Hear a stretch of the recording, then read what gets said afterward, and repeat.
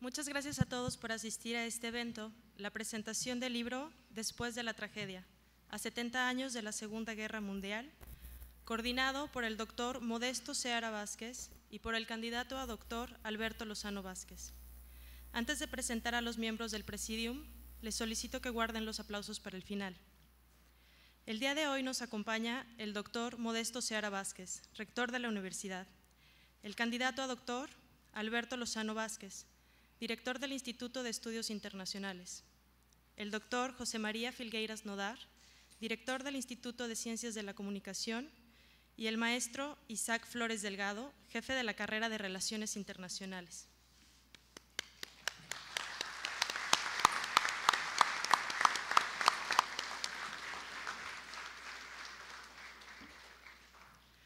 El doctor Modesto Seara Vázquez es el rector fundador del Sistema de Universidades Estatales de Oaxaca. Es investigador nacional emérito del Sistema Nacional de Investigadores de CONACYT, profesor de Derecho Internacional y Relaciones Internacionales de la UNAM desde 1961, presidente de honor de la Asociación Mexicana de Estudios Internacionales, AMEI. Fue profesor de la Universidad de Utah en Estados Unidos y del Colegio de México. También ha sido uno de los fundadores del derecho del espacio exterior en la década de 1950.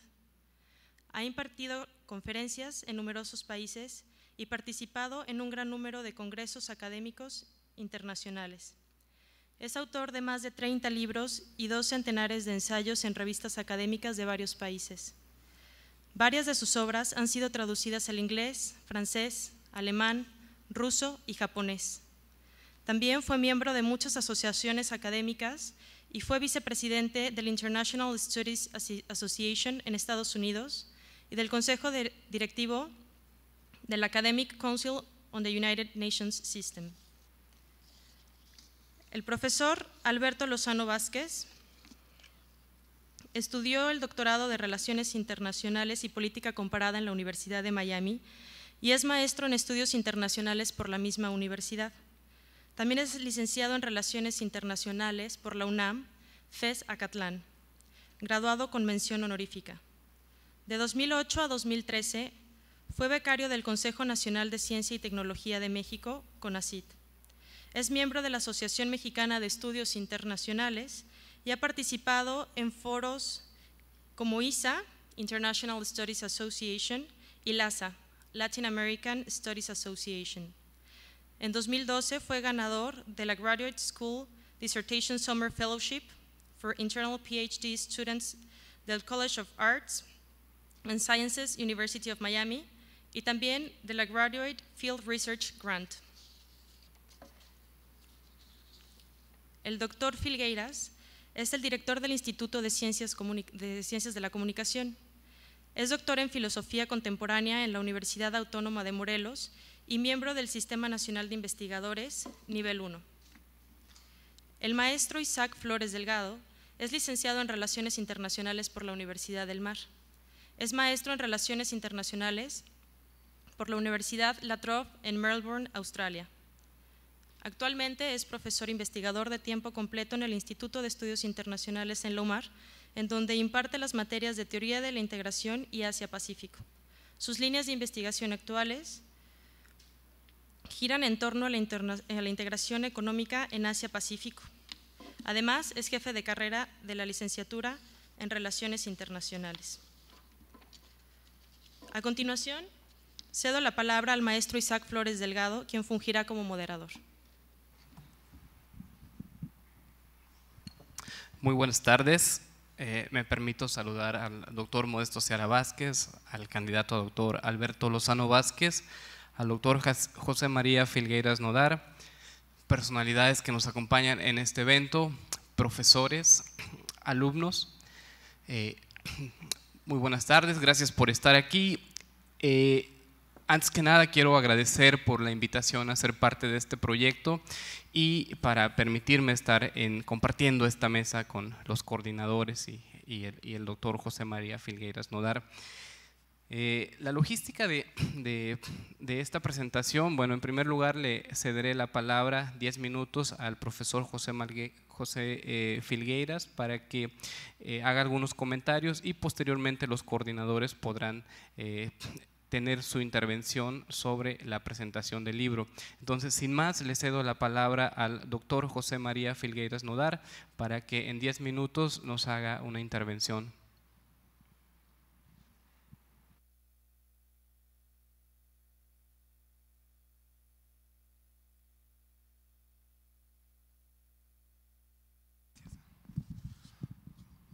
Pues muchas gracias. Gracias, doctor Seara, gracias, Alberto, Isaac, a todos ustedes. A veces es difícil encontrar puntos así a favor de un libro. Te dicen, vas a presentar este libro y busca algo a favor, te sientes casi como en esos chistes que dicen, ¿qué decimos del difunto? ¿No? Pues que tenía buena letra y cosas así. Este sin duda no es el caso. Visto como mercadólogo, es un libro que se vende solo. ¿Por qué debemos leerlo o por qué considero que hay que leerlo? Pues en primer lugar porque nos da un panorama completo. La idea me ponía en el experimento mental de alguien que no supiera nada acerca de la Guerra Mundial. Después de leer este libro sabrá muchas cosas, o sea, muchas realmente, son 800 páginas de conocimientos ahí condensadas. Además, no solo es un panorama completo, es un panorama escalable. Es decir, podemos mejorar nuestros conocimientos de temas que nos interesan. No sé, las bibliografías están muy bien hechas y generalmente apuntan en direcciones que podemos profundizar pues un montón. Yo creo que viendo la estructura del libro, que no me voy a detener porque me imagino que los compañeros coordinadores pues darán una explicación más detallada, vemos todos los ámbitos que abarca de este conflicto.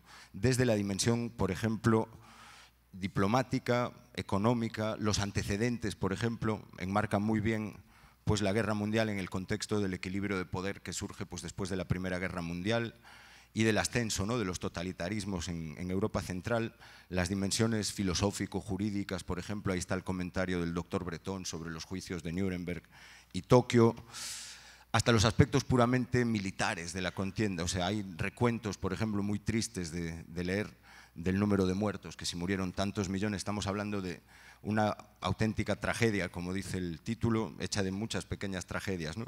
Realmente es inabarcable en la dimensión de esa tragedia, pero el libro pues trata de hacerlo, y no solo ello, sino de reflexionar teóricamente sobre el mismo. Ahí están los capítulos pues de reflexión teórica.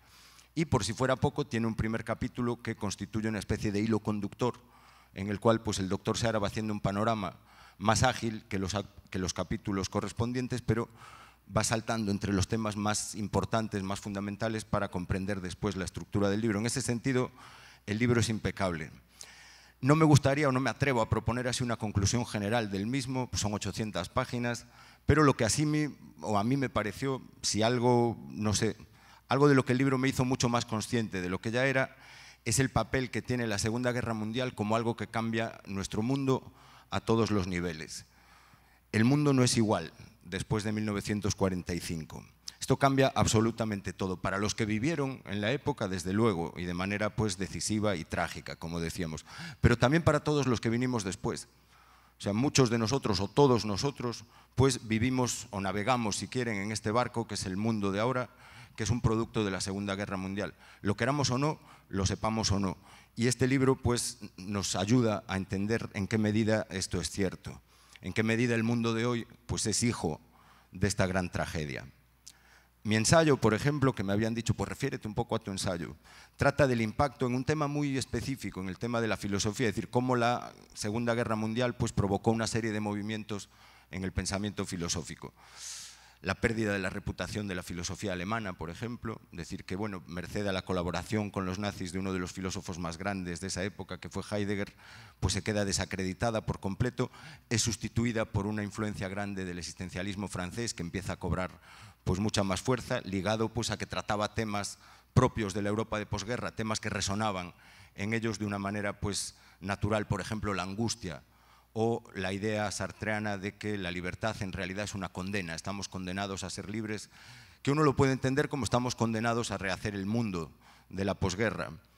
También ver cómo influye la migración de intelectuales centroeuropeos a Estados Unidos, cambia el panorama de la filosofía norteamericana, crea un movimiento que llega hasta hoy. Todos estos son temas pues, que abordo yo desde la filosofía, pero uno de ellos me parece muchísimo más importante es la reacción de los filósofos ante el Holocausto, ante la Shoah.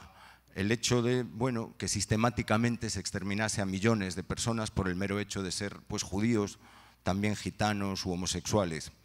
Ese tema, más allá del aspecto filosófico, que si Lyotard dice que constituye el paso entre la modernidad y posmodernidad y demás, ese tema yo creo que tiene una lectura moral clarísima, definida, precisa y que hay que recalcar. Los campos de concentración, Auschwitz, Dachau, Buchenwald, abrieron puertas de terror que eran inimaginables hasta ese momento. En ese sentido, como dice Rudyard Safransky, se han convertido en un mito fundacional negativo de nuestra cultura. Además, ese terror que abrieron, y creo que es la lectura moral clara, impone en nosotros un nuevo imperativo categórico, el imperativo señalado por Adorno, por otros muchos filósofos, de no dejar que jamás pase nada ni remotamente parecido. Ese es un imperativo moral, pero que lamentablemente, cuando miramos alrededor, cuando vemos lo que ha pasado en Ruanda, en Bosnia, lo que está pasando ahora en Medio Oriente, pues nos damos cuenta de que hay cosas que no han cambiado tanto. Y el mensaje, y creo yo que está en las páginas del libro, que se desprende, pues es que debemos estar alertas, debemos luchar firmemente, luchar con todas nuestras fuerzas contra esas situaciones. Es decir, en ese sentido, yo creo que la lucha contra el genocidio, la lucha contra el exterminio de los pueblos, es una de esas guerras que, como decía Ralph Waldo Emerson, una de esas guerras en las cuales la pólvora huele bien. No se me ocurre una mejor conclusión para esto, es decir, no se me ocurre una lucha más noble. Hay que recordar el Holocausto, recordar lo que significó y estar alertas para que no vuelva a pasar. Muchísimas gracias.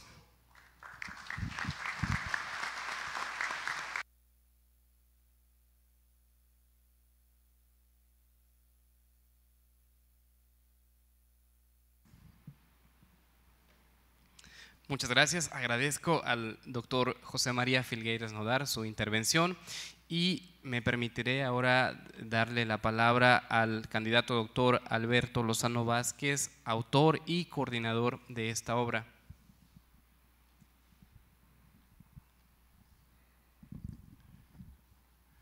Gracias, Isaac. Muy buenas tardes a todos. Muchas gracias por estar aquí. Voy a empezar con los agradecimientos. Quiero agradecer al doctor Seara por haberme invitado a llevar a cabo este proyecto. Es un honor. También agradezco a todos los profesores e investigadores que colaboraron con su esfuerzo, dedicación y trabajo, y a todos ustedes por su interés. ¿Sobre qué trata este libro? Sí, trata sobre la Segunda Guerra Mundial, pero no de manera descriptiva, sino analítica. Es decir, más allá de lo que todos nosotros aprendimos en la secundaria o en la preparatoria como un hecho de política mundial contemporánea, nosotros como científicos sociales tenemos que pensar de otra manera. Tenemos que preguntarnos, ¿cómo es que un fenómeno de estas dimensiones pudo ocurrir? ¿Por qué ocurrió en ese momento histórico específicamente? ¿Qué condiciones deben de conjuntarse para que una guerra de estas dimensiones se desate? ¿Por qué se desarrolló y terminó en la manera en la que lo hizo? Y lo más importante es cómo podemos evitarla. Plantearnos esta pregunta de cómo podemos evitarla, yo creo que es un imperativo intelectual, político y moral que es mayúsculo, ¿no? Esto me da la pauta para escribir sobre la pertinencia de otro libro sobre la Segunda Guerra Mundial, hecho desde la Academia Mexicana. Tan solo como dato, los conflictos globales en 2014 costaron 14.3 trillones de dólares al mundo. Eso representa aproximadamente el 13% del PIB mundial. Imagínense la cantidad de dinero que está destinada o que se deriva de los conflictos, ¿no? Es decir, los conflictos y la esencia de los costos de los conflictos de hoy son igual o peores que los conflictos de antes. Entonces, en términos de costos de vida, costos económicos, de estabilidad política, ¿no? O económica. Entonces, repensar la Segunda Guerra Mundial en cuanto a las lecciones que nos dejó en tanto conflicto no solamente es pertinente, sino también necesario. Como digo, es un imperativo intelectual, político y moral mayúsculo. Y siempre es más fácil formular las preguntas que encontrar las respuestas, que generalmente son muy complejas. En ese intento de dar sentido a este fenómeno tan complejo de la política mundial contemporánea, es que decidimos dividir el libro en 9 capítulos de la siguiente manera. Abrimos con una visión general, que es el capítulo más extenso del doctor Modesto Seara Vázquez.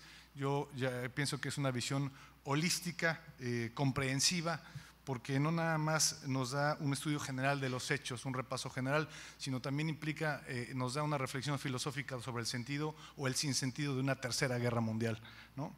Después abordamos los antecedentes, que se enfocan más en las causas de la Segunda Guerra Mundial. Ahí hay un debate si las causas son más estructurales o de agentes en términos individuales. Y bueno, eso se mete en un debate que es muy particular de la disciplina de RI, que es el debate de la agencia y la estructura. Después ofrecemos 6 dimensiones de la Segunda Guerra Mundial, partiendo de que es un fenómeno multidimensional, y abordamos la dimensión técnico-bélica, la dimensión filosófico-jurídica, la dimensión diplomática, la económica, la teórica y la ideológico-propagandística. Y finalmente, pues, el capítulo de las consecuencias, cuáles fueron los resultados o los impactos. Y bueno, sobre esos aspectos y de manera retrospectiva es que tomamos la Segunda Guerra Mundial como objeto de estudio a 70 años de su fin, 1945-2015.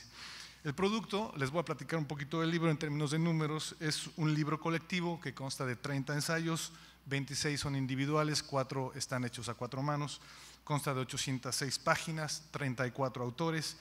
Estos profesores son profesores de alto nivel, provenientes de 11 universidades distintas, privadas y públicas de México y el extranjero.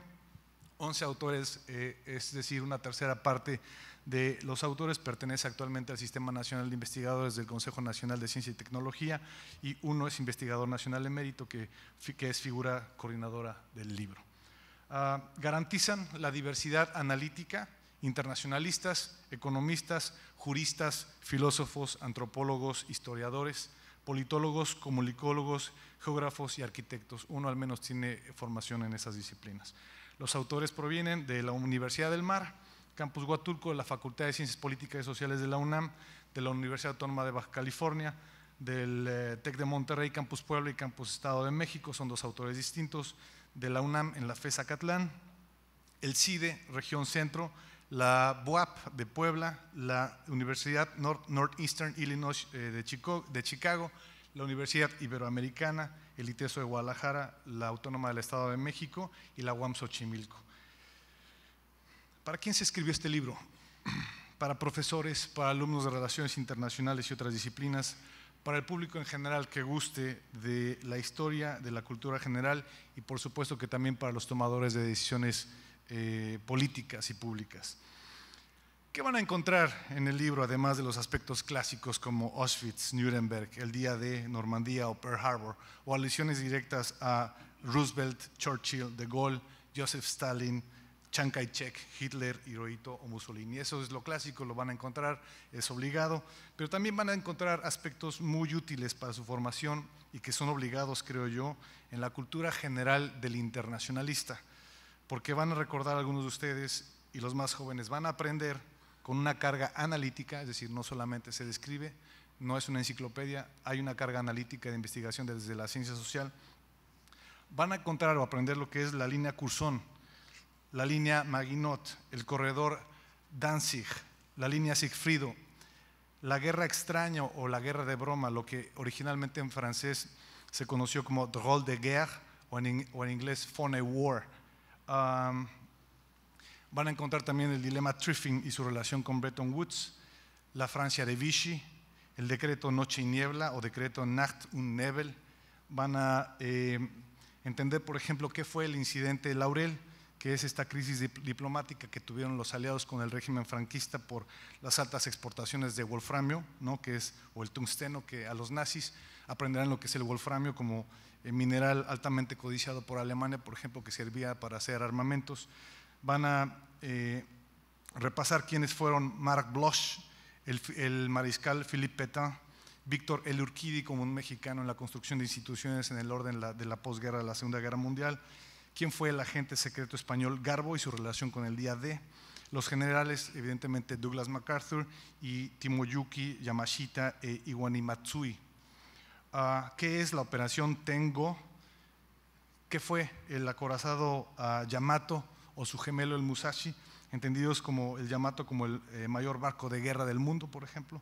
Sabrán que el P-47 Thunderbolt fue el avión del Escuadrón 201. Se encontrarán con el dilema del desarrollo científico y tecnológico entre destruir a la humanidad o ayudarla a sobrellevar su existencia.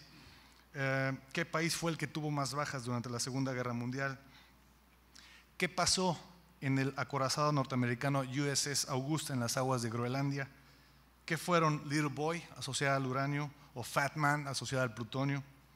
Se informarán, por ejemplo, sobre las batallas de Midway, el Golfo de Leyte, Iwo Jima, Guadalcanal, o la batalla de Kursk, que suele describirse como la mayor confrontación de tanques en la historia, por ejemplo. Entonces, ven, hay mucho que agregar o reforzar a su cultura general como internacionalista, su cultura en general para el público en general. Finalmente, pues encontrarán en el libro un índice de personas y lugares que titulamos como el índice onomástico, que tiene 1004 referencias a personas y lugares, lo cual aumenta la utilidad de la consulta del libro. Y bueno, con todo creemos que es una pequeña pero importante contribución al estudio de las relaciones internacionales en México, a través de, yo creo que es un análisis renovado e innovador de uno de los fenómenos más estudiados de nuestra disciplina en las relaciones internacionales, que es justamente la Segunda Guerra Mundial. Solo me resta decir que yo estoy bastante contento y orgulloso con este trabajo colectivo, así que si lo adquieren esperamos que les sea de mucha utilidad. Muchas gracias.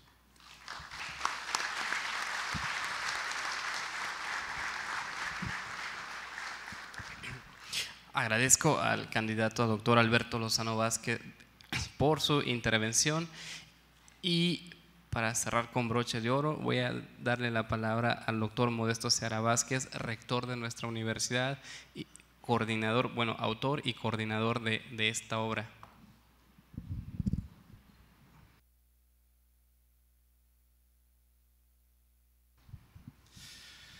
Muy buenas tardes a todos. En primer lugar, yo no soy broche, así que no voy a cerrar nada. Lo vamos a abrir, voy a decir dos o tres cosas y luego estoy seguro que algunos presentes van a querer hacer alguna pregunta, algún comentario con respecto al libro que se está publicando. La idea del libro lo hicimos muy rápidamente porque la verdad es que el año pasado no nos planteábamos hacer un libro, sino hacer una serie de eventos como habíamos hecho ya para la Primera Guerra Mundial. El año pasado se conmemoraba pues el centenario del inicio de la Primera Guerra Mundial y tuvimos toda una serie de actos durante un mes de diverso tipo para atraer la atención sobre todo de los estudiantes de Relaciones Internacionales y del resto también de los estudiantes sobre un evento que fue muy importante también en el siglo XXI, que fue la Primera Guerra Mundial y que es un principio de la segunda. Por eso hay algunos que dicen que en realidad solo hubo una guerra mundial. Lo único que hizo fue ir cambiando de escenario y que una es la continuación de la otra. Pero en el caso personal mío, por ejemplo, yo estaba escribiendo mis memorias, tenía terminado el volumen número 1 y me di cuenta que la parte dedicada a la Segunda Guerra Mundial era muy pequeña. Esto fue hace como un año y pico. Y entonces empecé a ampliarla y cuando me di cuenta pues iba ya demasiado lejos y ya no podía meter eso en las memorias y me pareció que era mejor plantear un libro y un libro colectivo de la universidad con invitados de afuera para que se planteara la Segunda Guerra Mundial en todas sus dimensiones y fue cuando se tomó la idea de hacer el libro en un plazo que no sé cuánto fueron, como 6 meses o 5 meses o algo así, que no es muy normal. Estos libros se planean con 3 o 4 años de anticipación. Pero la ventaja que tenemos es que no tenemos los mecanismos burocráticos de las publicaciones que tienen otras instituciones y pudimos imprimirlo, por ejemplo, en 15 días. Se imprimió el libro, pero el trabajo, que fue muy minucioso, de verificación, toda la parte de mecánica del libro, pues llevó un poquito más de tiempo. De todos modos lo hicimos en plazos muy cortos. La Segunda Guerra Mundial es, como se ha dicho y es evidente, el evento más importante del siglo XXI y yo diría que es la catástrofe más grande de toda la historia de la humanidad. Ha habido catástrofes universales, bélicas, muy grandes, desde los periodos a donde llega la historia. La prehistoria pues obviamente no la conocemos tan bien, la humanidad era más chica, las catástrofes por razones lógicas eran inferiores, y en esta ya ahorita somos 7.000 y pico de insectos bípedos verticales. Quería hacer un chiste pero nadie lo rió. Bueno, es que no saben biología, hombre. Y yo tampoco, por la burrada que acabo de decir. Nosotros no somos mamíferos, pero no insectos. Insecto es un adjetivo. Pero en algunas cosas, y con perdón para los insectos, que hay algunos muy bonitos e inteligentes. Fue una enorme catástrofe. Las dimensiones de esa catástrofe todavía no se pueden definir y no se van a delimitar nunca, porque es imposible prácticamente. Entonces, cuando yo veo las cifras que se dan sobre el número de muertos, sobre el número de los prisioneros que ha habido, las personas desplazadas, los heridos, la diferencia entre víctimas de la población civil y víctimas entre la parte de los militares, es muy difícil determinar exactamente dónde termina una cosa y dónde empieza otra. Las cifras de muertos, cada fuente ofrece cifras con diferencias de 10 o 15 o 20 millones más o 20 millones menos. Y la verdad es que no se puede saber cuántos murieron. Cuando se habla de los muertos por la primera bomba nuclear del 6 de agosto sobre Hiroshima, la segunda sobre Nagasaki del 9 de agosto, se dan cifras que a veces no distinguen muy claramente cuántos murieron en el momento, cuántos murieron después como consecuencias más o menos lejanas de la explosión nuclear, de las radiaciones y de todo eso. Y las cifras, por ejemplo, van pues de 50 o 60 millones hasta 120 millones o hasta 220 millones en el caso de Hiroshima. Las cifras más altas, no millones, 200.000 que han desaparecido, que han muerto. En el caso de los muertos en total van de 50, 60 millones hasta 120 millones, es la cifra más alta que yo he encontrado. Es muy difícil establecerlo. Hay algunas cosas que es importante también señalar. El doctor Filgueiras hablaba del Holocausto. A mí no me gusta la palabra porque está identificado con un sector de la población. La destrucción de la gente, el asesinato colectivo, no abarcó solo a la población judía, que llevaron una gran parte. 6 millones murieron asesinados por los nazis, pero murieron también de otras nacionalidades, no solo los homosexuales y los gitanos, murieron de otras nacionalidades, hubo presos en todas partes. Yo creo que de los que están aquí probablemente soy el único que tiene una experiencia directa de la Segunda Guerra Mundial, directa e indirecta. Entonces, para mí la Segunda Guerra Mundial implica un recuerdo, no solo un conocimiento de una realidad. Y en el caso concreto de las gentes que han sido sometidas a las humillantes prácticas, al abuso, a la tortura, pues durante algunos años, cuando vivía en París, yo iba a comer a casa de un amigo que era superviviente del campo de concentración de Mauthausen, y allí se reunían varios. Entonces tengo una experiencia viva de la que tenían ellos, que me la han transmitido. Yo los oí hablar, comentaban lo que había sucedido en el campo de Mauthausen, y allí en el campo de Mauthausen, entre otras cosas, pues por ejemplo, hubo una escalera, la famosa escalera de piedra de Mauthausen, que yo había oído hablar muchas veces y no me la podía imaginar hasta que la vi con esta maravilla que tenemos ahora los internacionalistas, que es YouTube, ¿no? Entonces, en la construcción de esa escalera, por ejemplo, murieron 3.000 españoles, ¿no? Que también había muchos que habían luchado, soldados republicanos que habían huido después de la victoria de Franco y que fueron a la fuerza metidos en batallones de trabajo por parte de los aliados en Francia. Algunos lucharon en Dunkerque, por ejemplo, estos amigos de Mauthausen habían defendido el reembarque de las tropas británicas para irse a Inglaterra con la promesa de que los iban a llevar, y luego porque no quisieron o no pudieron ya no los llevaron. Llegaron los nazis, los alemanes, los encontraron con armas en la mano, sin uniforme, y los declararon a todos pues ya no prisioneros de guerra, sino delincuentes. Los llevaron a los campos de concentración, y fueron muchos campos de concentración. Los más conocidos pues ya lo sabemos: Dachau, Bergen-Belsen, Buchenwald, Mauthausen. Todos eran además constelaciones de campos de concentración. Los campos de concentración también los hubo en los países aliados, y quiero recordarles que en México también tuvimos uno, que estaba cerca de Perote, y que era para la población sobre todo alemana y japoneses. Allí estuvieron detenidos algunos, pero no eran como los alemanes, eran campos de exterminio.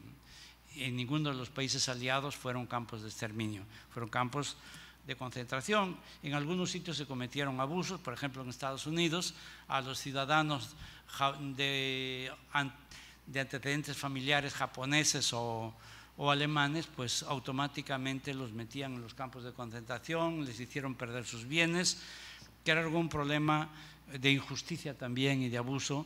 Los campos de concentración también los hubo en Canadá, en Inglaterra, en Australia, en muchos otros lugares. Pero los campos de concentración alemanes fueron muy particulares, fueron campos de exterminio, y eso no tiene justificación, explicación ni perdón, ni se deben de olvidar.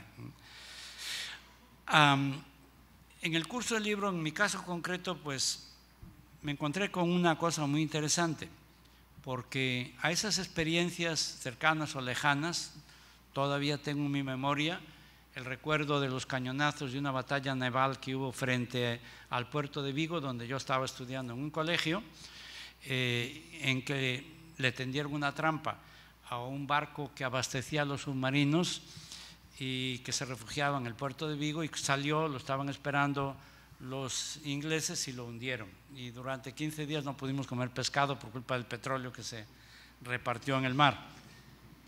Pero son recuerdos que quedan así. El análisis ahora lo podemos revivir, y es una cosa que yo les recomiendo: que vean la política internacional, no solo que la estudian, que la viven, que la pueden revivir. En el Instituto de Estudios Internacionales, ahí hemos juntado muchas gigas de memoria de eventos de la Segunda Guerra Mundial y de toda la historia del siglo XX que están a disposición de ustedes. Es interesante verlo, son cosas fascinantes. Yo nunca me había imaginado que algo que había leído muchas veces sobre la guerra ruso-japonesa, por ejemplo la famosa batalla de Tsushima, nunca me había imaginado que la podía ver, y la vi, y la pueden ver ustedes también. Hay documentales de esa época. Los documentales más antiguos de carácter bélico que he encontrado son del siglo XIX y se refieren a la guerra de los Boers en Sudáfrica. Entonces, entre los ingleses y la población que estaba establecida allí, europea, de origen holandés esencialmente, que se llamaban Boers. Pues encontrar documentales del siglo XIX para nosotros que somos internacionalistas y que estudiamos normalmente la realidad actual y también los antecedentes históricos, pues es magnífico. Pero se decía que ya no hay nada nuevo. Hay muchas cosas nuevas que se pueden interpretar. Se está interpretando y reinterpretando constantemente la historia. Yo me encontré con una cosa muy curiosa, muy interesante. Con los académicos siempre estamos buscando los 3 pies al gato, aunque el gato tenga 4, pero si no es cojo.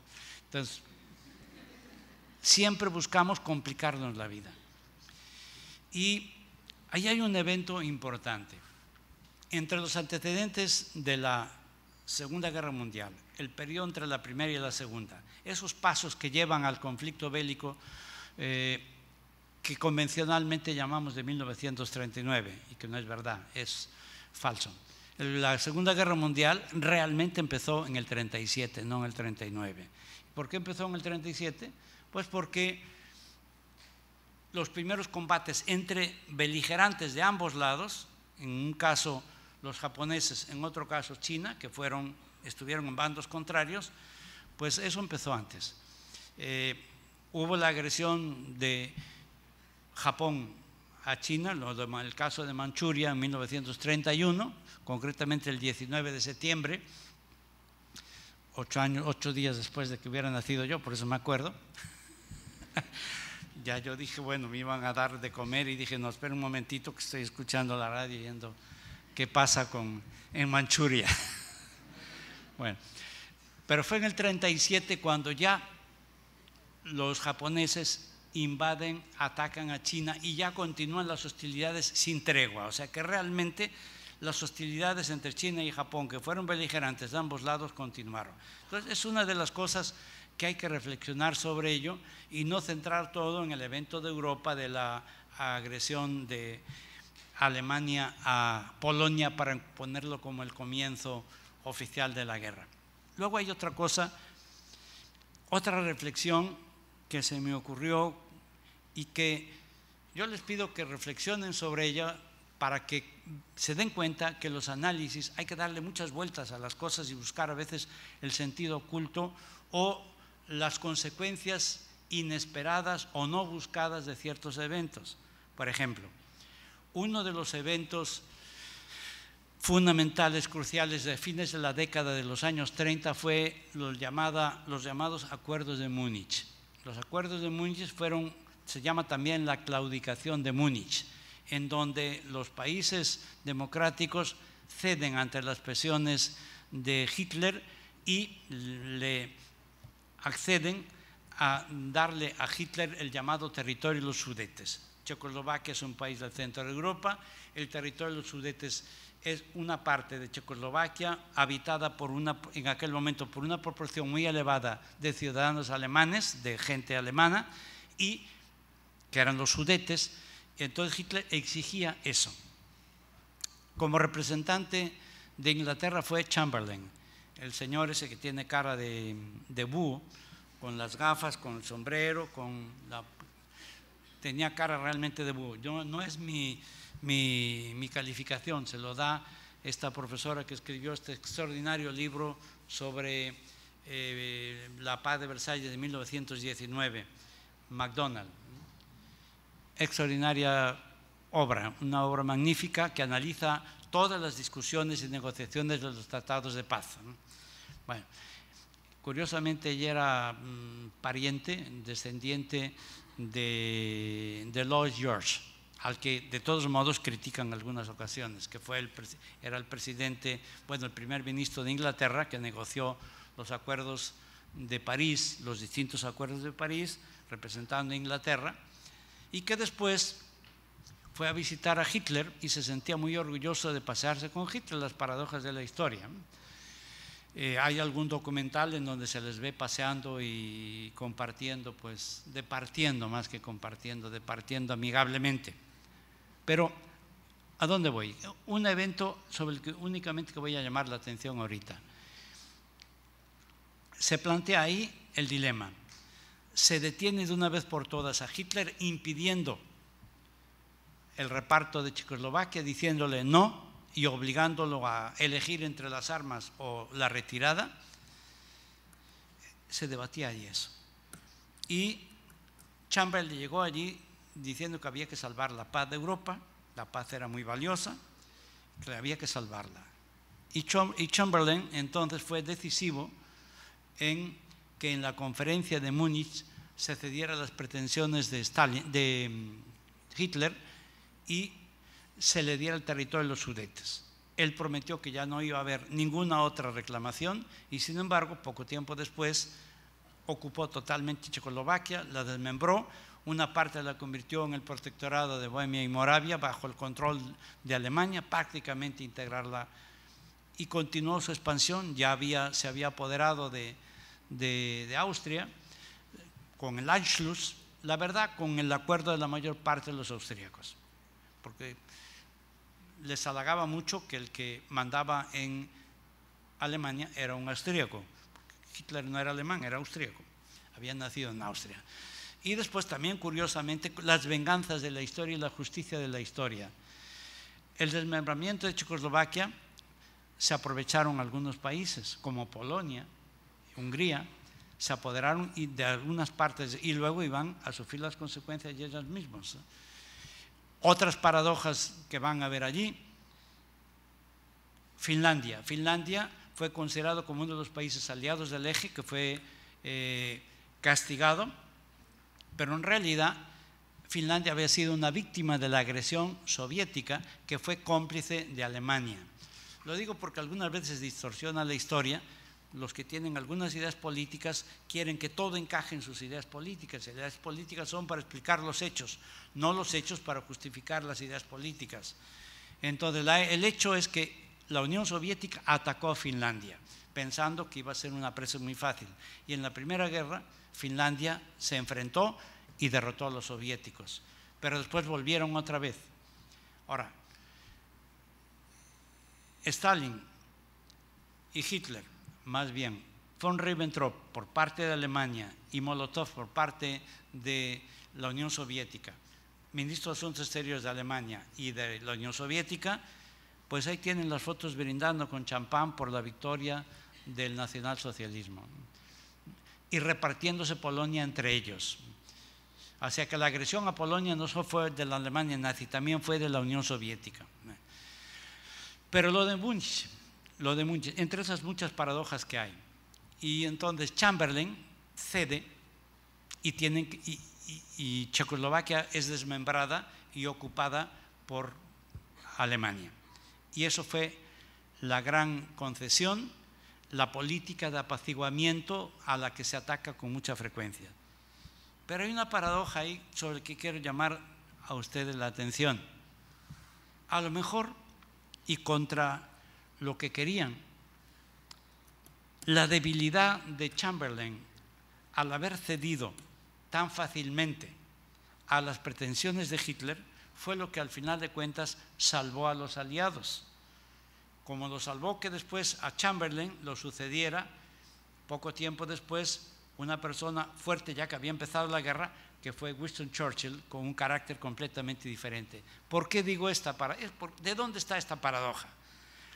La paradoja está en que si en lugar de Chamberlain Churchill hubiera sido el primer ministro, Churchill le dice a Hitler: no, y estoy dispuesto a ir a la guerra, pero tú no te ocupas de esto. ¿Y qué hubiera pasado? Hitler no va a la guerra, y Hitler tiene 5, 6 o 7 años más. En realidad ellos habían calculado no entrar a la guerra en el 39, habían calculado entrar hacia el 46. ¿Por qué? Porque Hitler estaba desarrollando toda una serie de armas secretas que al principio se tomaban a broma. Yo me acuerdo cuando discutía con algunos amigos en aquella época, porque me gustaba la política internacional, y me hablaban de las armas secretas y yo me burlaba de ellos. Y hay un arma que es capaz de destruir, una bomba que es capaz de destruir una ciudad entera. Están locos, ¿cómo van a destruir con una bomba una ciudad entera? Bueno, pues Alemania estaba preparando la arma atómica antes que los Estados Unidos, y muchos de los científicos que ayudaron a los norteamericanos a desarrollar el arma nuclear, empezando por Einstein, pues procedían de Alemania. Los aviones a reacción, los cohetes, toda la tecnología de los cohetes, todo eso, Alemania tenía un montón de armas que si le hubieran dado tiempo suficiente, ya hubiera sido muy difícil para los aliados a menos que durante este tiempo, es otra variable que hay que considerar, ellos hubieran también desarrollado algo de eso. Pero lo que se conoce hasta el momento nos lleva a la conclusión de que si Hitler hubiera tenido 5 o 6 años más para preparar la guerra, hubiera completado la construcción de su flota naval. Quería construir una flota naval capaz de competir con la británica, y lo hubiera conseguido. La tecnología de los alemanes era mejor en cuanto a los barcos. Ahí está, el Bismarck era muy superior al Hood. El Hood era el orgullo de la flota británica, pero el Bismarck pues era mejor el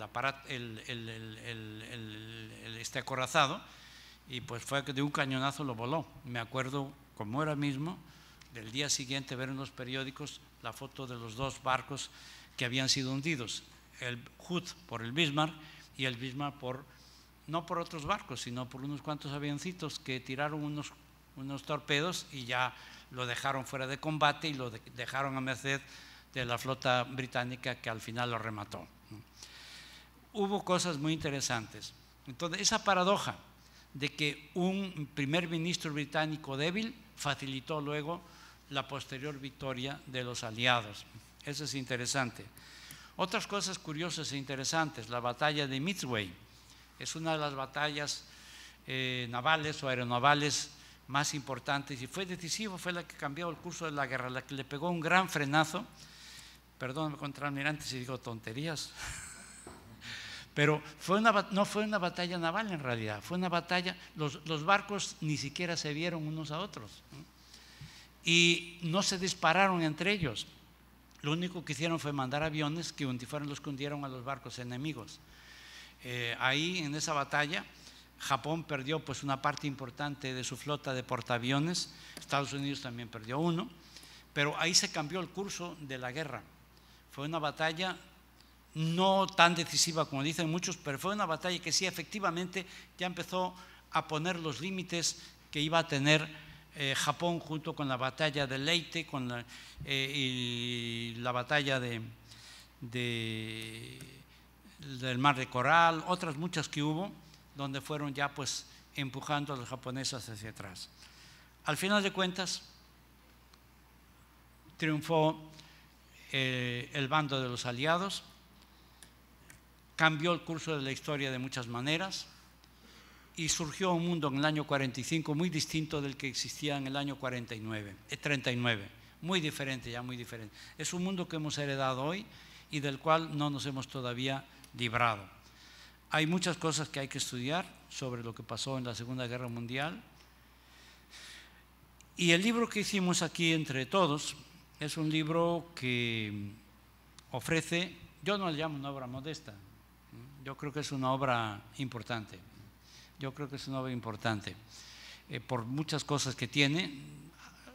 Unos trabajos son distintos de otros en sus dimensiones, incluso en su calidad, como es lógico, todas las obras colectivas son desiguales, pero en conjunto es una contribución muy importante que hace la Universidad del Mar al conocimiento de la Segunda Guerra Mundial.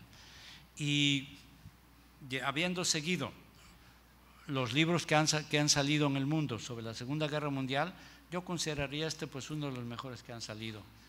El año pasado hubo una gran cantidad de libros sobre la Primera Guerra Mundial, unos muy interesantes, otros menos. Algunos dicen cosas nuevas, otros no las dicen. Unos enfocan a unos aspectos, otros a otros. Las guerras crean su propia cultura. Una cosa que tuvimos aquí el año pasado y este año fue mostrar las películas de la guerra. Curiosamente, la mejor película sobre guerra no es sobre la segunda, es sobre la primera. Senderos de Gloria es una película extraordinaria, de un dramatismo impresionante. Es una película de, ¿cómo se llama el director? Stanley Kubrick, exactamente, sí. Stanley Kubrick, es extraordinaria esa película. Hecha por los genios que hacen las traducciones del inglés al español. Algún tarado por ahí se le ocurrió ponerle un título tan bonito como es Paths of Glory, Senderos de Gloria, le puso de título ¿cómo se llama?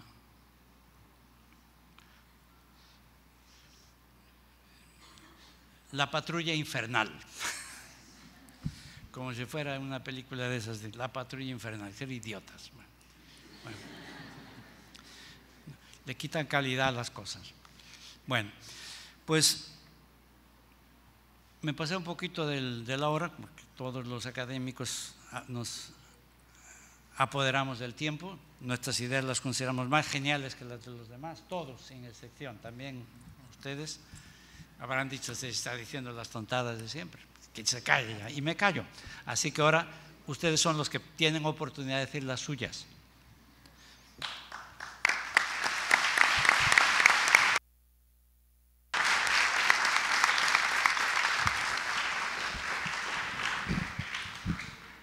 Muchas gracias. Agradezco al doctor Modesto Seara Vázquez por su intervención. Tenemos unos minutos para preguntas y respuestas. Si hay alguien que esté interesado en hacer alguna pregunta, le rogaría por favor que sean concretos y que se presenten antes de hacer su pregunta.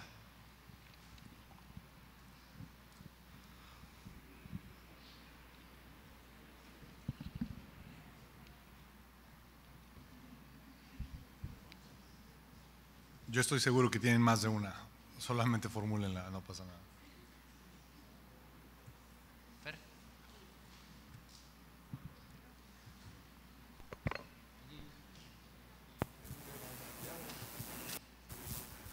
Ok.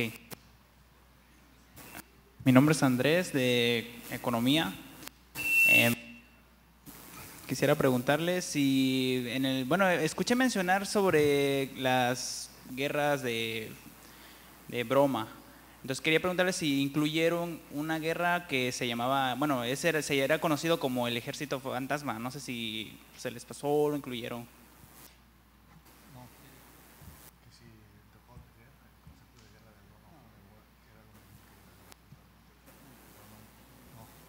No, no es igual. De hecho, la invitación, la razón por la cual doy esos conceptos es para que ustedes los busquen y los aprendan de ahí, pero no, o sea, respondiendo a tu pregunta, no es lo mismo. ¿Ok?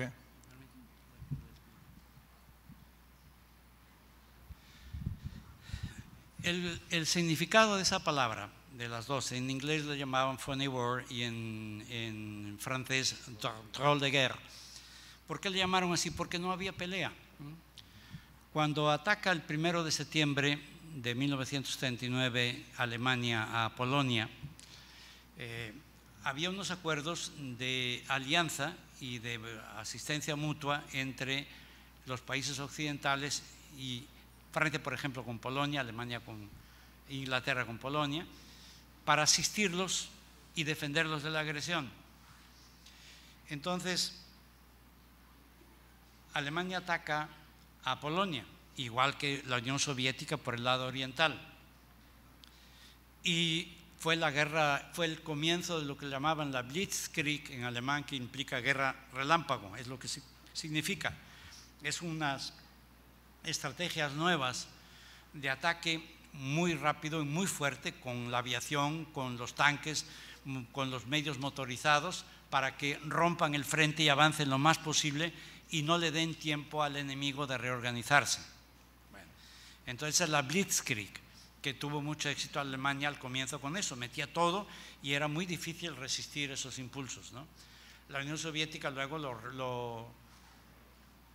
lo venció con una política parecida a la que habían utilizado contra Napoleón en las guerras napoleónicas. Simplemente se van retirando, van dejando tierra quemada por detrás, no tienen los que avanzan la posibilidad de asentarse bien y tener recursos, estiran las líneas de aprovisionamiento y entonces después un ejército moderno con las líneas de aprovisionamiento muy largas, sobre todo en los inviernos rusos, no puede reforzar, no puede mandar alimentos, no puede mandar ropa, no puede mandar armas, no puede reparar los aparatos bélicos que se descomponen, todo eso. Las carreteras se vuelven también con los lodazales intransitables, las frías temperaturas de 40 a 50 grados bajo cero en algunas ocasiones hace que no funcionen los motores. Todo eso, ellos utilizaron esa ventaja, se echaron para atrás, hicieron estirar las líneas de los invasores y al final los golpeaban y los deshacían. Pero eso no se dio todavía en el año 39, se dio un poco más tarde, cuando ya los alemanes penetraron suficientemente dentro de la Unión Soviética y llegaron a la línea Leningrado, Moscú y Stalingrado en el sur, ¿no? Pero en la parte del drôle de guerre viene el ataque contra Polonia y 2 días después, bueno, y unas horas después, Alemania, Inglaterra y Francia mandan un ultimátum a los alemanes para que detengan las hostilidades, no le hacen caso, entonces se declaran guerra contra ellos y empiezan a movilizarse. Los franceses tenían, como decíamos antes, la línea Maginot, igual que los alemanes habían desarrollado una línea parecida, menos fuerte, que se llamaba la línea Siegfried. Pero durante varios meses no se disparan unos a otros. Es más, en algunas ocasiones se veían para jugar al fútbol, los de las tropas del eje con los ingleses y los franceses. En la Navidad del 39 todavía convivieron en algunos lugares, se tomaron los pasteles y el vino y lo que fuera juntos. ese periodo que no había combates es por lo que le llaman la guerra extraña, porque una guerra sin combates pues es muy extraña, y por eso se llamaba de drôle de guerre, la guerra curiosa. Drôle en francés significa curioso, raro, y funny war, que es guerra falsa en inglés, ¿no? Eso es lo que explica ese concepto, ¿no? No tiene que ver con lo otro, la fantasma, ni nada de eso. Nada más, chécate el capítulo 1, que es del doctor Sea, y el capítulo 7, que escribió un profesor francés sobre el capítulo de Francia. Ahí está en esos dos capítulos el concepto. Muchas gracias. ¿Alguna otra pregunta?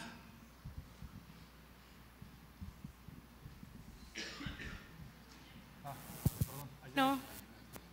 Mi nombre es María Cano, soy de la Maestría de Relaciones Internacionales y Medio Ambiente.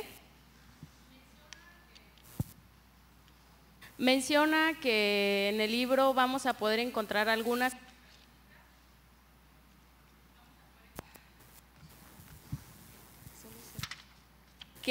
podemos encontrar algunas estadísticas acerca de vidas. Me gustaría saber si tocaron el aspecto ambiental dentro del análisis en el libro, porque sabemos que en esta guerra no solo hubieron pérdidas humanas, sino también se vio afectada la cuestión ambiental. Me gustaría saber si se tocó ese punto en el análisis que se hace en el libro o quedó fuera de la investigación. Respecto a las pérdidas o el impacto de la Segunda Guerra Mundial en el medio ambiente, puedes checar el capítulo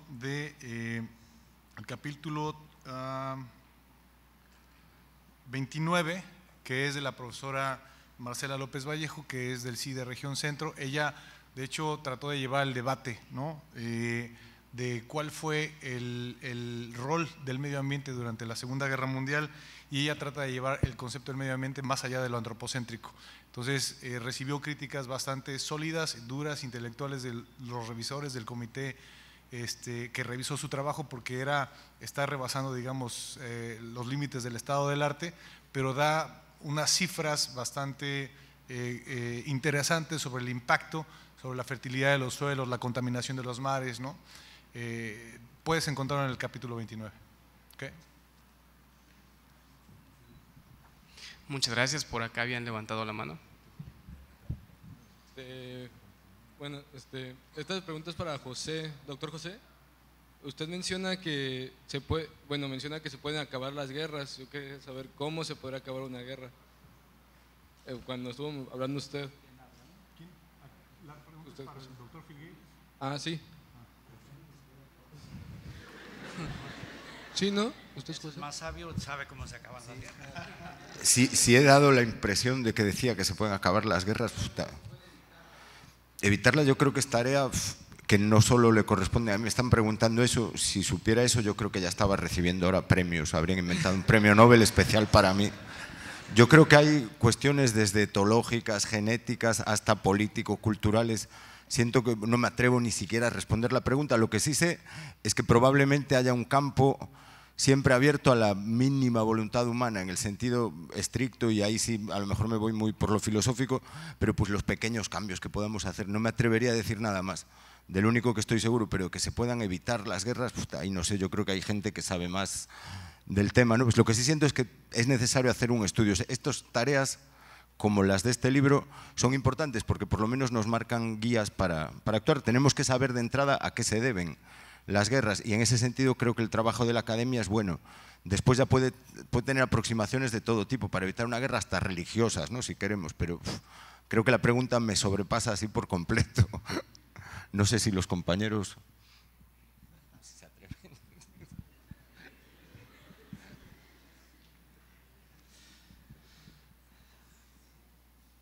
La guerra está en la naturaleza humana.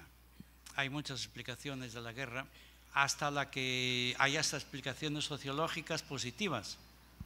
La guerra es una forma de controlar el crecimiento demográfico. Algunos lo explicaban.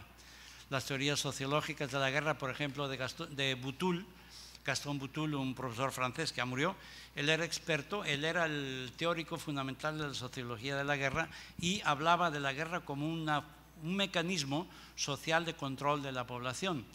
porque además los que se mueren son los jóvenes. Los viejos pues se mueren por otras razones, no del combate, y es una manera de controlar la sociedad.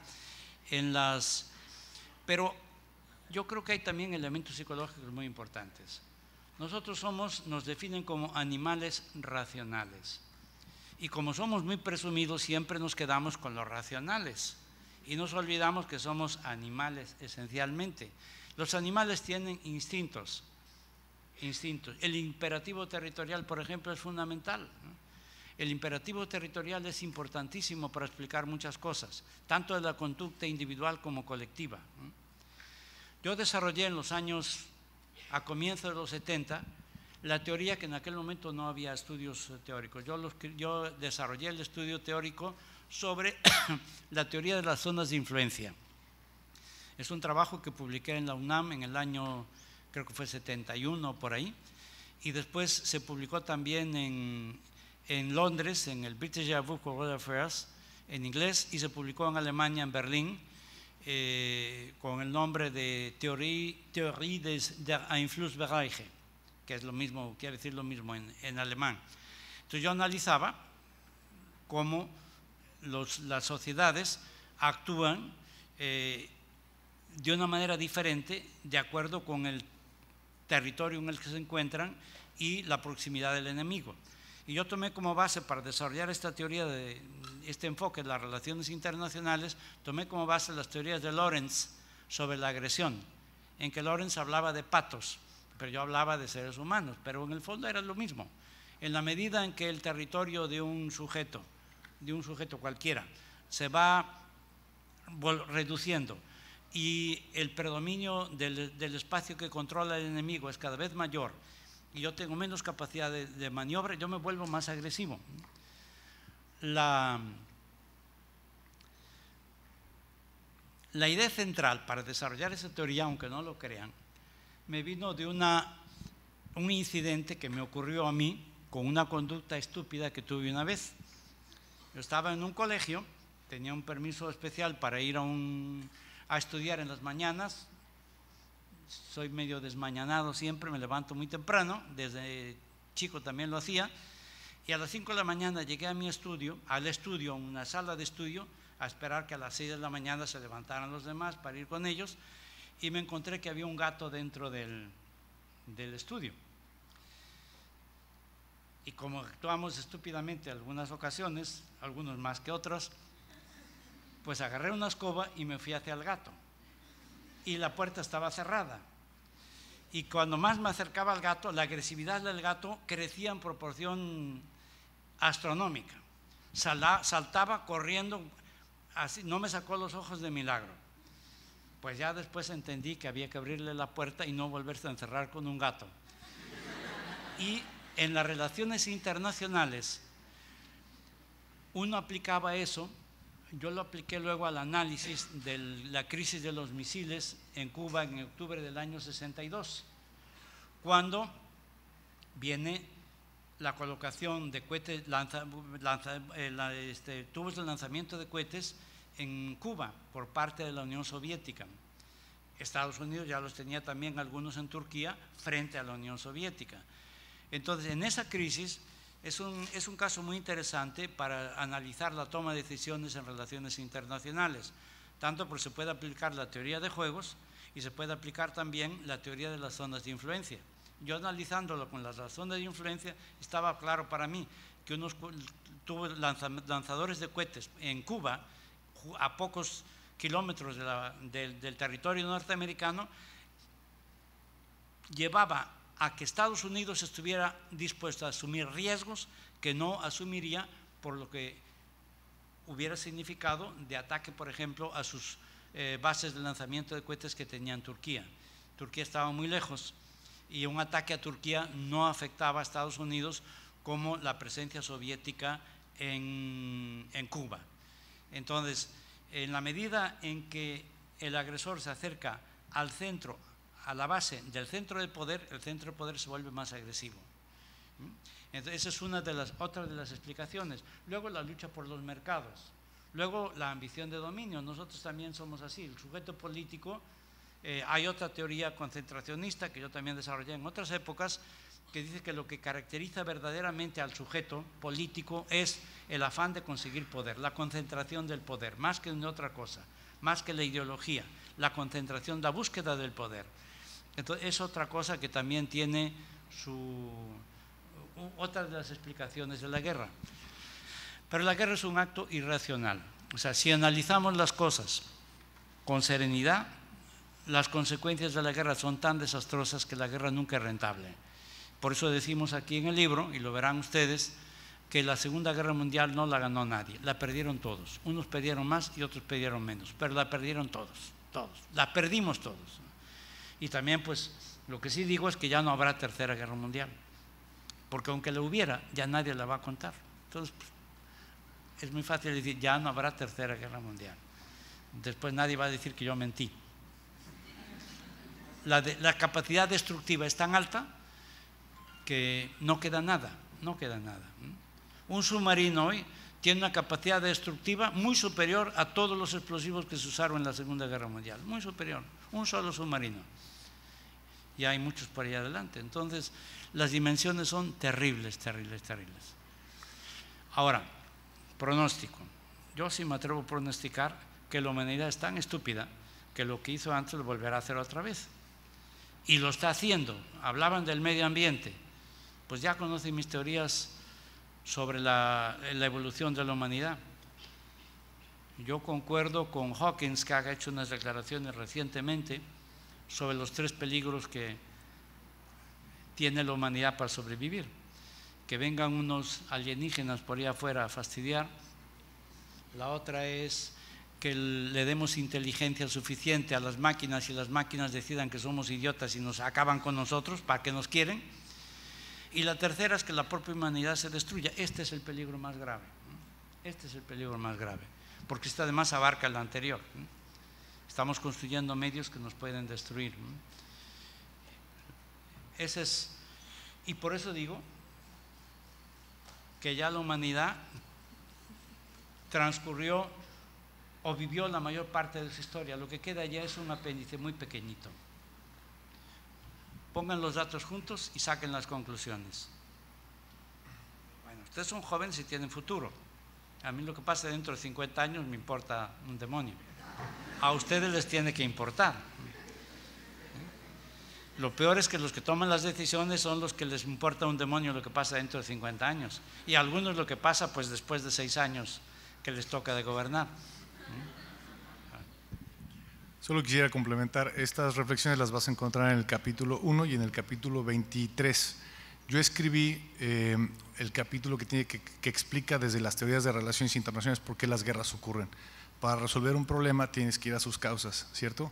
Entonces se entiende la guerra como un problema, pero ni siquiera se ponen de acuerdo los intelectuales en encontrar las causas. Como dice el doctor Seara, se atribuyen a varias. Por ejemplo, la teoría del realismo clásico ubica las causas de la guerra en la naturaleza humana y en la búsqueda por el poder. Pero esa misma teoría revolucionaria que se llama neorrealismo ubica no las causas en la naturaleza humana nada más, sino en la estructura del sistema internacional, que es de naturaleza anárquica, no hay un gobierno mundial, entonces hay abusos de poder. Otros, por ejemplo, el neoliberalismo institucional pone el énfasis en la ocurrencia de las guerras por la imperfección de las instituciones. Entonces, ya dado que somos humanos y somos imperfectos, tendríamos que tener mecanismos que procesen los intereses sin acudir a la guerra. Entonces ponen el énfasis en la irracionalidad de la guerra. Es más barato, es más seguro, ¿no? Es más, tenemos certidumbre sobre la decisión de otros actores, etcétera. La tercera es la neomarxista, que pone el énfasis en las causas de relaciones de explotación material entre unos y otros, y la cuarta es la teoría constructivista, que pone el énfasis en las 3 diferentes culturas que permean en el mundo, que son la cultura conflictiva, la cultura competitiva y la cultura de amistad. Entonces, dependiendo de la cultura que viva, el periodo histórico que viva el mundo, vas a tener, digamos, probabilidades de que ocurra o no la guerra. Entonces, como verás, hay válidas interpretaciones causales de las guerras, no se ponen de acuerdo, depende del conflicto que quieras estudiar, es la teoría que vas a escoger. ¿Okay? Entonces, bueno, no sé si… Pues antes de terminar, y si la mesa me lo permite, me gustaría dar espacio para una última pregunta y darle finalmente el micrófono a la licenciada María Fernanda para que cierre esta presentación. Bueno, primero en tiempo, primero en derecho, por favor.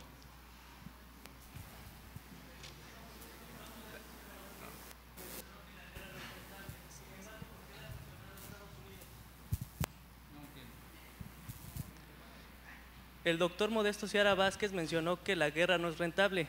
¿Por qué le ha funcionado a Estados Unidos? Que no es rentable, porque la ha ejercido Estados Unidos. La guerra no la ejerció solo Estados Unidos, la ejerció la Unión Soviética, Japón, Alemania, Italia. Todos los países han recurrido a la guerra en determinado momento.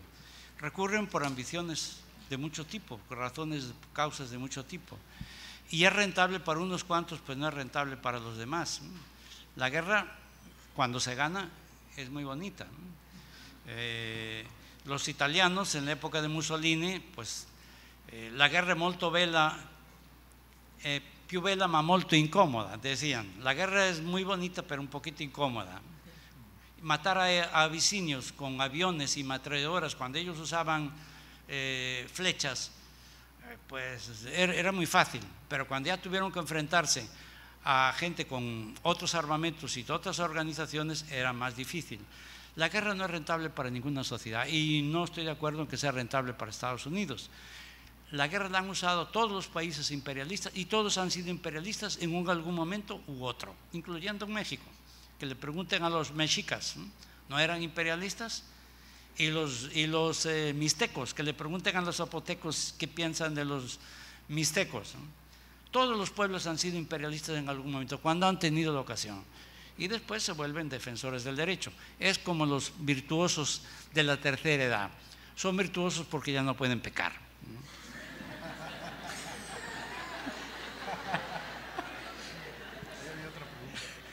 A ver, profesor.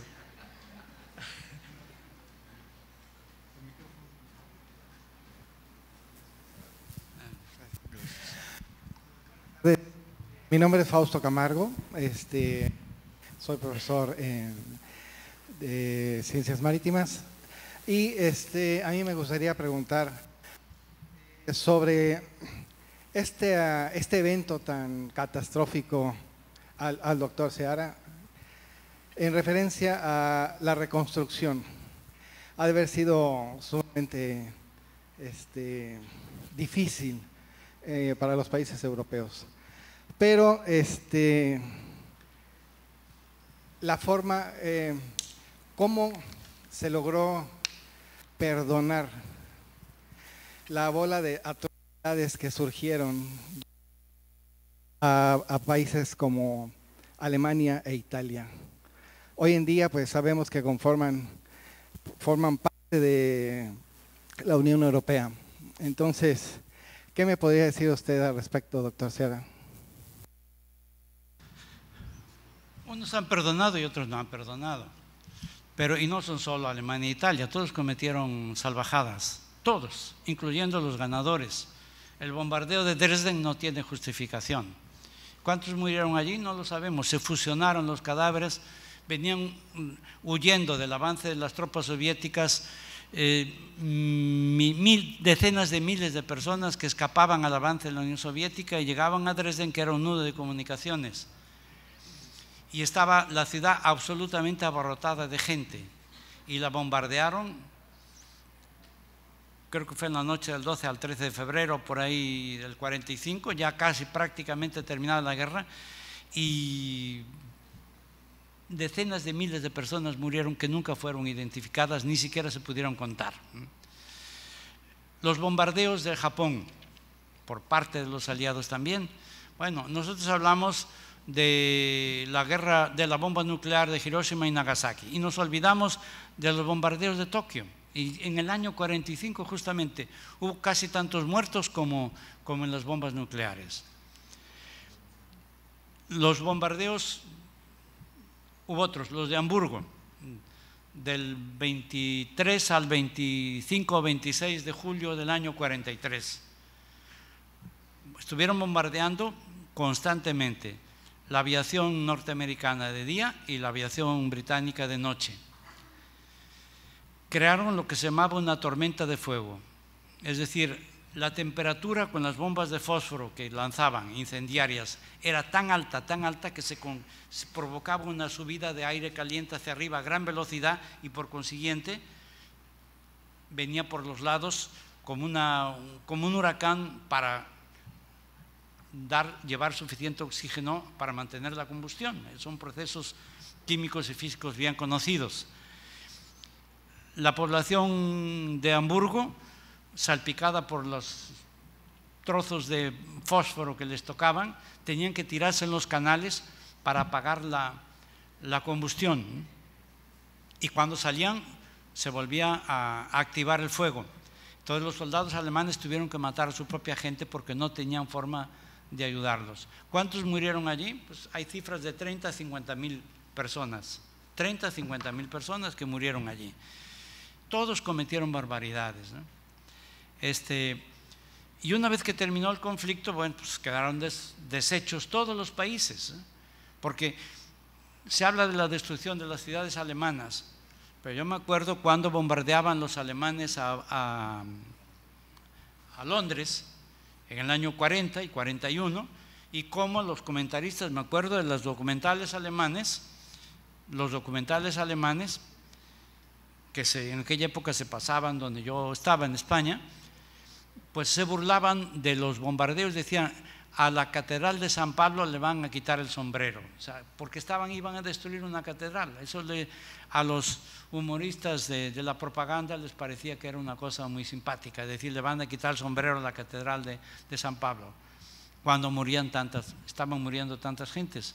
Los bombardeos de Rotterdam por parte de los alemanes, es un bombardeo, ahí sí hubo una exageración en las acusaciones. Yo siempre usé la cifra de 30.000 muertos, que es la que se usaba antes, y ahora las investigaciones modernas bajan la cifra a unos 2.500 o 3.000 que realmente murieron. Eso no le quita nada a la barbaridad del ataque.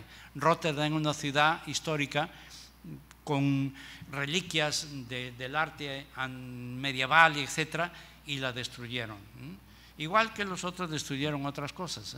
Entonces, igual que ahora estas bestias que andan por ahí sueltas, que se llama el Estado Islámico, están destruyendo esos. Hay que crear una modalidad de crímenes contra la humanidad. Los que destruyan obras de arte de ese tipo simplemente por razones propagandísticas deben de ser considerados criminales contra la humanidad. Y lo digo como jurista, y lo voy a proponer que se haga eso. No puede ser que destruyan Y tampoco, luego hay cómplices. La prensa de los países occidentales es una prensa totalmente idiota, casi toda la prensa del mundo, y perdón por los comunicadores que anden por ahí, ¿no? Pero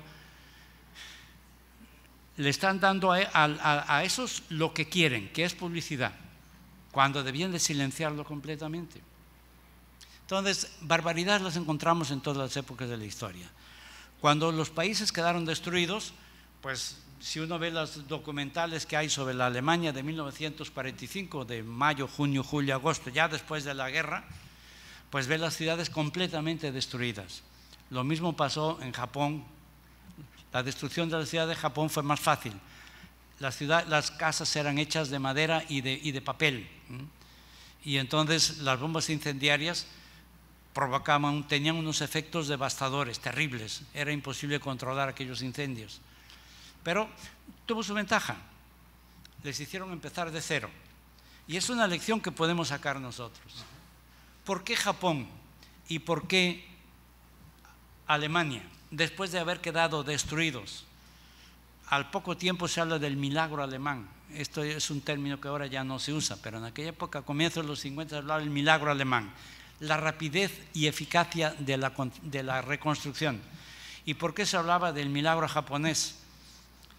Cuando a comienzos de los 50 copiaban todo, e incluso a mediados de los 50 eran los copiones, igual que ahora se acusaba también a los chinos, y después fueron los que desarrollaron tecnologías de punta. ¿Por qué no podemos hacer nosotros lo mismo? Estamos partiendo casi de cero en algunas cosas, en otras no. Entonces, Es un problema de organización social y de liderazgo. Se pueden conseguir las cosas con organización. Lo que no se pueden conseguir es con desbarajuste.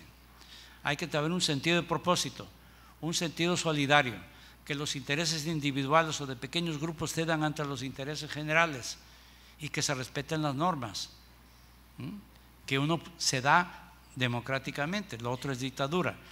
Pero violar las normas que uno se da democráticamente, eso no es nada democrático. Eso es decir, yo tengo derecho a manifestarme. ¿Tiene razón? Yo tengo derecho a expresarme a mis creencias. ¿Tienes razón? Las que quieras. Pero yo voy a cerrar un centro comercial, ya es otra cosa. Voy a impedir que los demás pasen, ya es otra cosa. ¿O no? Estamos afectando los derechos de los demás. Y eso impide el desarrollo. Allí hubo una magnífica lección de organización social y de solidaridad, como la hubo en Japón cuando ocurrió lo que ocurrió cuando el gran tsunami, en donde las centrales nucleares pues fueron invadidas por el agua y todo eso. Fue un choque tremendo y el impacto en la sociedad fue espantoso. Los muertos, 20.000, 30.000, no saben todavía exactamente, pero todo eso es importante recordarlo. Y ellos se lo reconstruyeron porque son pueblos organizados, tanto los japoneses como los alemanes, y son lecciones que podían tener otros países en el mundo. Bueno, vamos a acabarlo ya. Listo ya.